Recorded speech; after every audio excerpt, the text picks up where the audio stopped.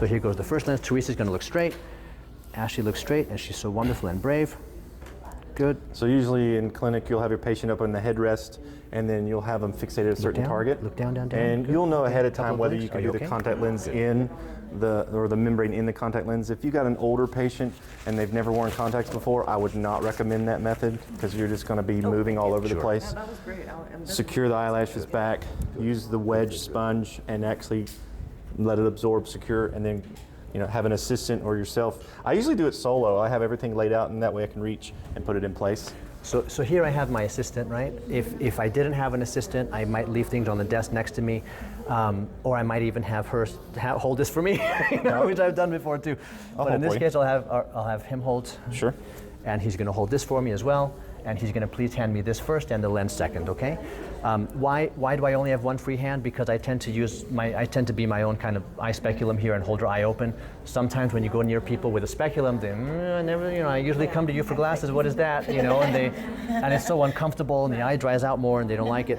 Some people say that they tend to dry the cornea first. Okay, what they're really doing, they may be drying it a bit, but if you didn't introduce too much fluid in the first place and you numb the eye a bit, that reflex tearing component shouldn't be really active during the window of time, maybe 1 minute or so that I want to treat them. But what they're really doing, and they may not realize they're doing, is they're creating micro abrasions. They're creating microepithelial defects. The grafts tend to adhere best over areas of compromised epithelium. The rate of breakdown is also proportional to how much surface epithelial compromise you have. If you have a lot of defects everywhere, it's going to stick really well and break down pretty quickly. If you have a 1-by-1 defect and you're covering the whole cornea, it might not stick that well. The patient might come back in a week and the graft is mostly intact. In that case, I might cut it in half and just cover the treated area. Also, when you cut it in half, you'll see the geometry changes to where there's usually no folds. It's a really cool thing. Perfect, Okay, I see the hoop. Okay, There we go. Nice, right? These are laser cuts, really precise. If you try and cut it yourself, I got really lucky when I've cut some in half with scissors. It's been a perfect cut, and when I take a picture of it, it's perfect. Some of them it looks like a little kid did it.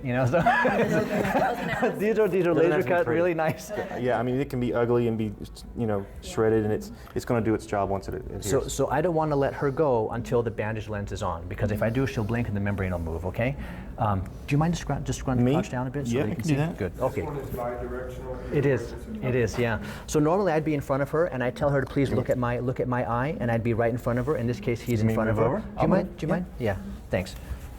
Okay, so I'm sorry, I'm kind of blocking your way, guys. So Teresa's going to look right at my eye. As she's looking at my eye, I'm going to go ahead and try and place that graft right over the front of the eye there. Do you have your phone? Turn the light on so. Oh, yeah. Yeah, it's a little dark. Here we go. Is that better?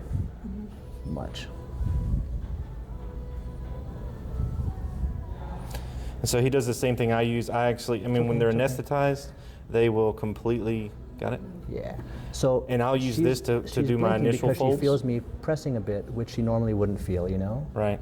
And she's being so wonderful. Now, if we don't get to finish, it's because she's not numb.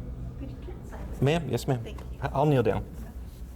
Good, good, good. So this isn't sticking to cornea, it's sticking to the lens, okay? May I? And may I? I promise I'll let you go in 2 seconds, okay? Good, so when I'm in front of her, my thumb is easiest, right? That's the kind of the ergonomic way to do it when I'm in front of her. She'll please look down, left and right a couple times to make sure air bubbles are massaged out, eyes closed.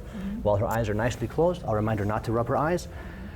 Finish my chart notes, send my Maxitrol or Tobradex to the pharmacy, my non-preserved lubricant drops as well. Lubricant drops might cost $25, $30, right? She might not get them, but she'll at least get that Maxitrol that costs $2 or $3, right? And that'll still offset most of what I want very effectively for the duration of treatment. She'll open her eyes. How do you feel? Fine. Now, honestly, any visual disruption? Absolutely not. There you go.